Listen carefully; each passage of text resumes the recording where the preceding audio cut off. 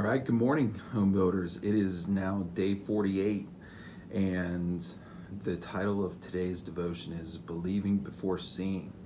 The First of all, happy St. Patrick's Day. I don't know if it's like this wherever you work or you spend your days, but downtown it's kind of a thing. Most years there's a parade, there's people wear green. It's kind of a big deal. So I like to try, if I remember, I like to try to participate as well. So I'm wearing my St. Patrick's Day bow tie. I pretty much wear it one day a year. And so have some fun with that. Hey, don't let the Catholics take St. Patrick hostage. St. Patrick was, until someone proves to me otherwise, St. Patrick was nothing more than a great missionary with a heart for people, who wanted people to understand who God and who Jesus really are, and that God sent Jesus to die for them. That's St. Patrick. Somehow we have allowed the Catholics to seize him and make him theirs. I refuse to do so. Anyway, enough about that.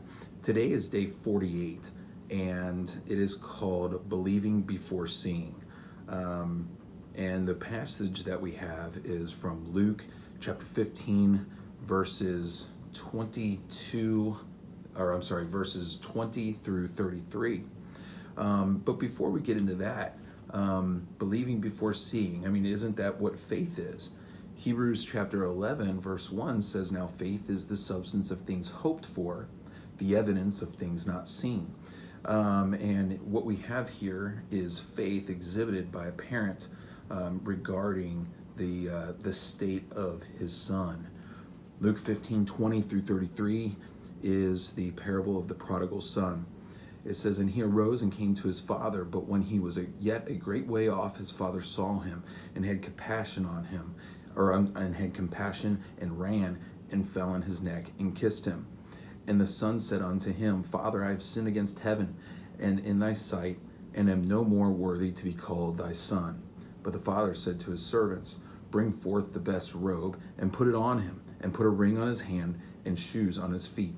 And bring hither the fatted calf, and kill it, and let us eat, and be merry. For this my son was dead, and is alive again. He was lost, and is found. And they began to be merry. Now his elder son was in the field, and as he came and drew nigh to the house, he heard music and dancing. And he called one of the servants, and asked what these things meant. And he said unto him, Thy brother is come, and thy father hath killed the fatted calf, because he hath received him safe and sound. And he was angry, and would not go in. Therefore his father came out and entreated him. And he answering said to his father, Lo, these many years do I serve thee, neither transgressed I at any time thy commandment, and yet thou never gavest me a kid, that I might make merry with my friends. But as soon as this thy son was come, which hath devoured thy living with harlots, thou hast killed him for the fatted calf. And he said unto him, Son, thou art ever with me, and all that I have is thine. It was meet that we should make merry and be glad. For this thy brother was dead, and is alive again, and was lost, and is found." This is one of the more beautiful love stories that we find in the Bible. And I confess that there have been times where I've really kind of struggled with this one. Not struggled about, is it what is right, what is wrong here. I mean, it's very clear what the teaching is, that we ought to emulate the love shown by the father to the prodigal son. That the pride and the that is found in the brother is not a good thing. But it is easy to identify myself with this brother. Me personally, as I was growing up, I was not one that was prone to, live the crazy life, the crazy party life. I mean, it just wasn't me. I did not have a personality that made me prone to that type of sin. It doesn't mean that I didn't have other sins that I was more prone to and still do to this day. That just doesn't mean that particular issue wasn't mine. That doesn't mean that I didn't have issues. And I struggled with the same things, I guess you could say, that the brother struggled with here. I even, ended up finding myself in a career of criminal justice. Justice was always kind of a big thing to me. I was one of those oldest children who always wanted to point out to my parents about how they treated me was different than how they treated my younger siblings. They got to do things at a younger age than I did. They got different responses from my parents in certain situations than I either did or would have. And so, I've struggled with that. I also didn't understand at the time Micah 6:8, which says, what doth the Lord require of thee, but to seek justice, love mercy, and walk humbly with thy God. Seek justice, but love mercy. That's just as important as the seeking justice part, and also the walking humbly with thy God part. The other brother misses the boat here, and we see that when he says, I've served thee these many years, yet thou never gave me a kid, that I might make merry with my friends. He totally missed the whole point.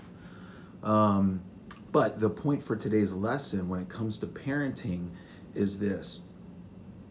There's evidence here that would suggest that this father never gave up hope. If you look specifically in verse 20, the first verse for today, it says that he saw him from a great way off. It seems apparent that the father was praying for and had faith that his prodigal son would return. He didn't need to be tapped on the shoulder. He didn't need to be told, hey, he's coming. As a matter of fact, it says that he saw him from a great way off. He was the first person that saw him coming. And that would indicate that he never gave up hope that his son would return. The second thing is that he killed the fatted calf. Now, we don't know if this is something that that the father just kind of had ready to go in case there was a time to celebrate. If it was intended for another purpose and he had it there and this was just more important, or that it's because it talks about the fatted calf in the singular form, that this is a particular calf that was set aside and prepared for this moment. It's possible, at least. We don't really know. I think with the response of the brother, it would indicate that it's at least likely that they may have had any number of fatted calves or kids or whatever ready for these kind of moments, but this one was set aside in the side of the father's mind and ready to go for when his son came back. He never gave up hope.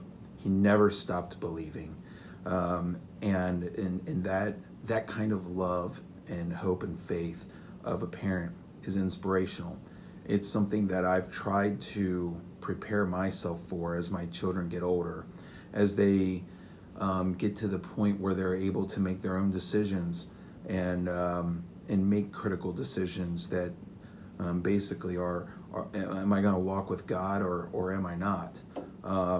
It's kind of scary. With my oldest child being 10 years old, about to turn 11, I know that they're coming fast upon an age where they're going to have to make those decisions for themselves. And I know that no matter what those decisions are, I'm going to have to never give up hope, never stop believing, and always be in prayer for my children. So I hope that we can learn something from a story that we all know well. This parable is just again, one of the more beautiful love stories in the Bible. And I hope that you may have gotten something new out of it today. Please feel free to comment and post about it.